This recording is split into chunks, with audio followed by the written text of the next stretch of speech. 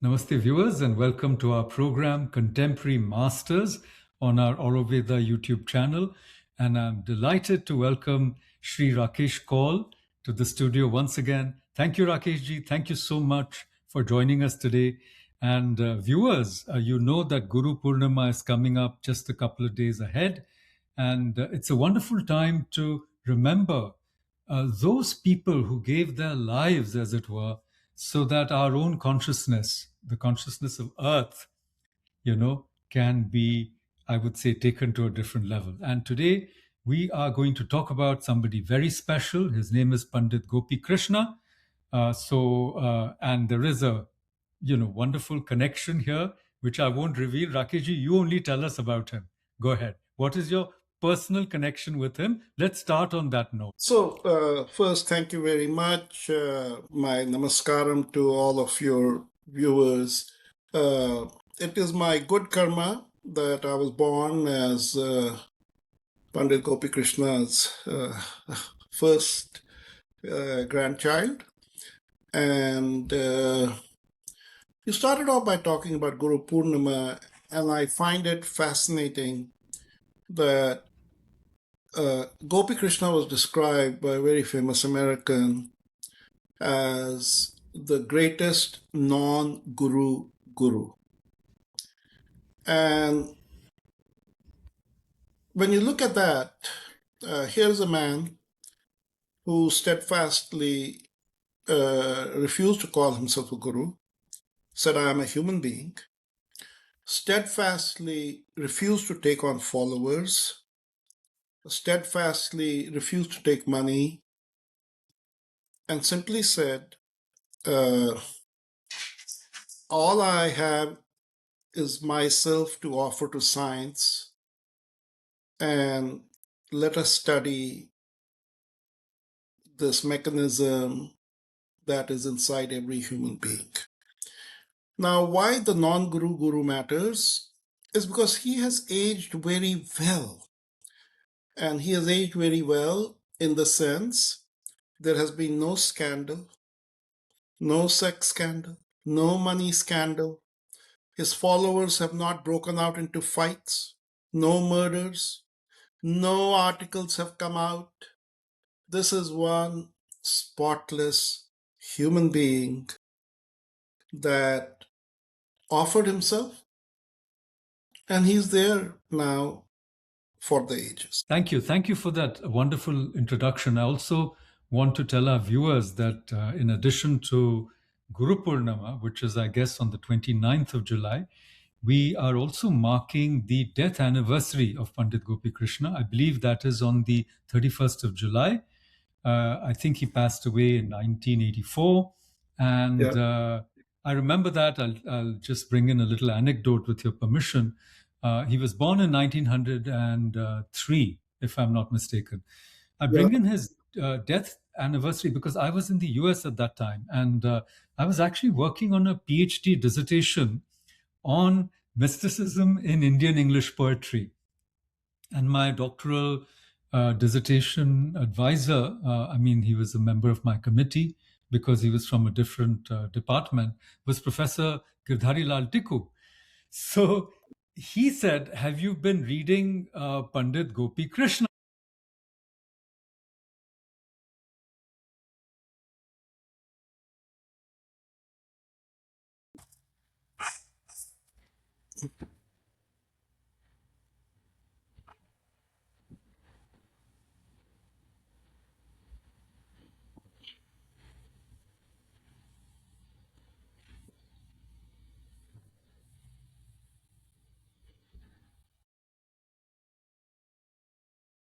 Krishna. And I told him, I said that there are many new books that are coming out, and my focus is on poetry, And he wrote in a mixture of poetry and prose. You are going to tell us a little more about it because he was deeply inspired. But I just want to confess at that time, I told him, I can't make head or tail of it, because I don't know if Kundalini is an individual thing. Is it a psychological thing? Is it a physiological thing? Is it an evolutionary force? So he said, Chalo, let it be, because your focus is on poetry, and he has written most of his books are in prose. So I left him out of my reckoning at that time. But, you know, there has been a revival of interest in his life, especially because of Terry Degler's new biography. The biography, viewers, is called Gopi Krishna, a biography, Kundalini, Consciousness, and Our Evolution to Enlightenment. This was published in 2023. And thank you, Rakeshji, for sending me a copy because I was not able to get it easily. And I've been reading it. It's very fascinating.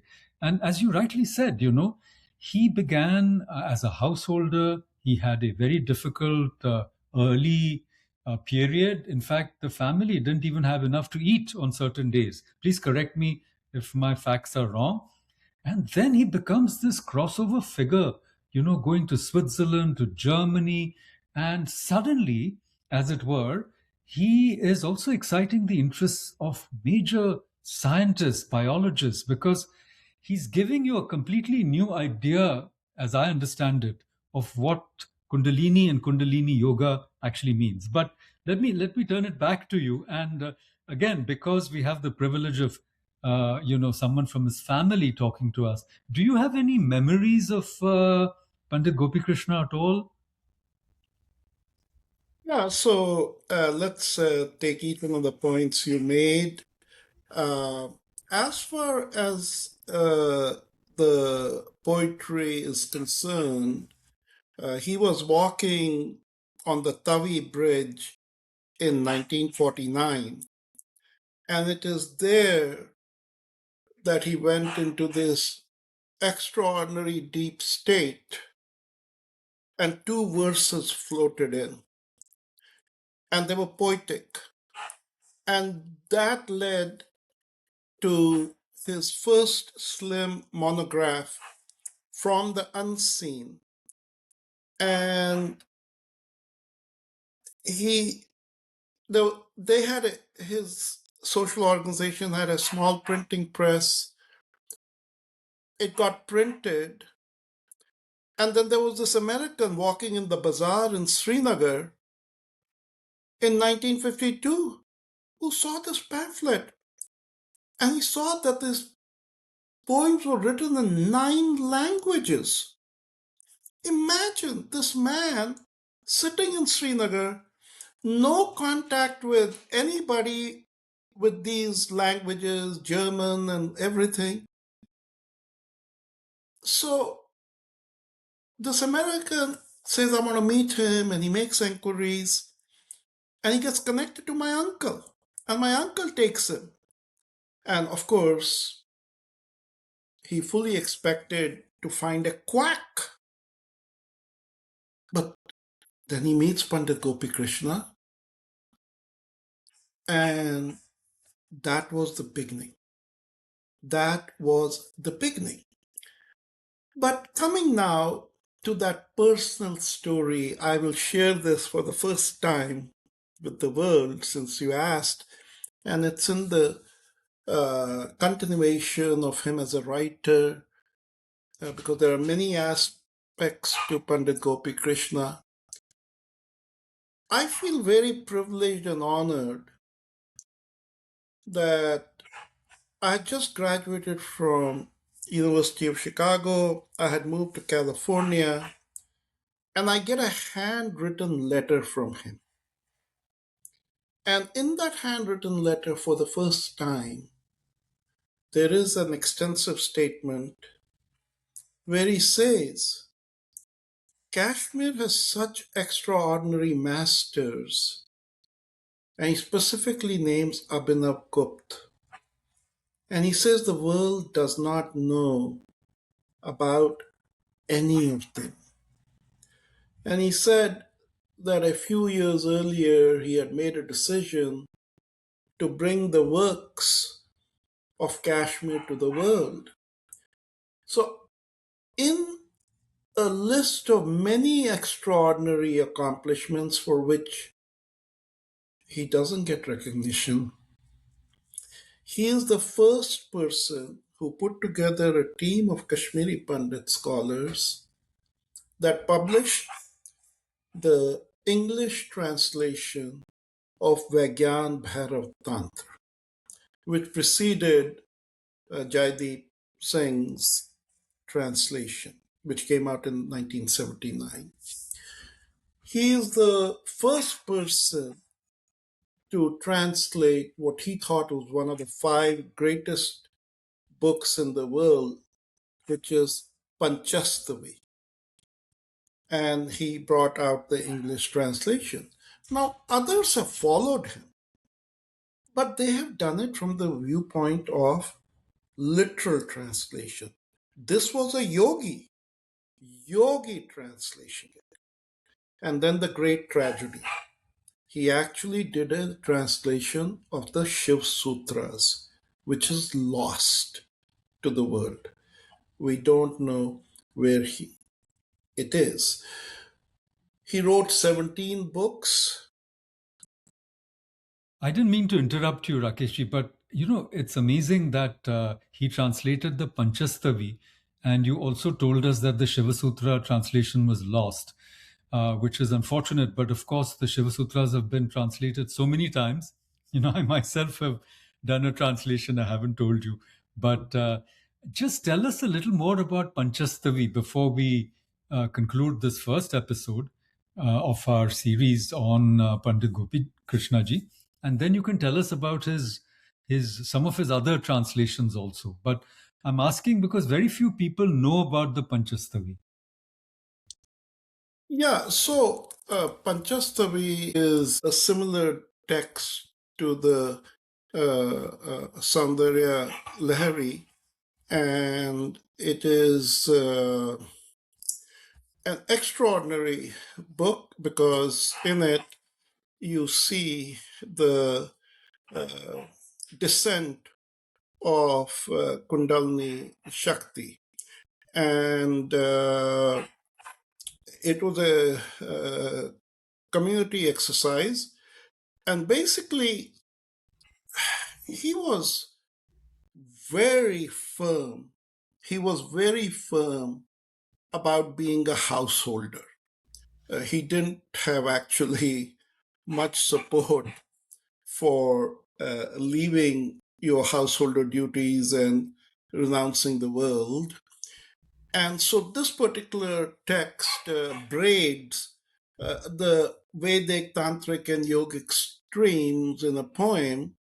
It opens with giving the goddess 27 names, Maya, Kundalini, Kriya, Madhumati. Each is a different face of Shakti, and basically lays out a very simple ladder of 5 prayers. Devotion first, then Shreyas, the wisely good, the noble, over the merely wanted. Then the third is liberation in life. The fourth then is the vision of the goddess in everything. And the fifth is purification. And it's a beautiful, short introduction on how to get to enlightenment. But interestingly, he did say that his commentary on the Panchasthavi was the experiential key to understanding the 29th chapter of Abhnavgupta's Tantraloka.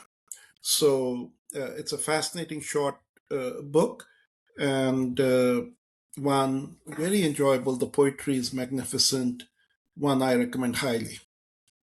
That is so wonderful. Thank you for those keys, as it were, because for a lot of people, this Kashmir Shaivism as a broader category includes Trika, Spanda, so many schools actually. There's a bit of a forest, they need some help to navigate it. But thank you for the key that Panchasthavi, in fact, can help us unlock the treasures of Tantraloka. We'll pick this up, in our next episode. But I wanted just to thank you for joining us today and Gopi Krishna. So, talk to you soon. Thank you, viewers. Namaste. Please like, share, and subscribe to our channel and support our work. See you soon. Thank you. If I may just add one more comment in his writings, he's the only person alive I know that New York Times invited to write 3 op-ed articles. They gave him a magnificent obituary. It's an indicator of how much enormous respect that institution had for him. Something they will never let any guru come in. So the non-guru guru got respect from a very different constituency. And we'll continue the conversation about the wonder that Pandit Gopi Krishna was. Absolutely. Thank you so much. Thank you, and we'll see you soon. Thank you.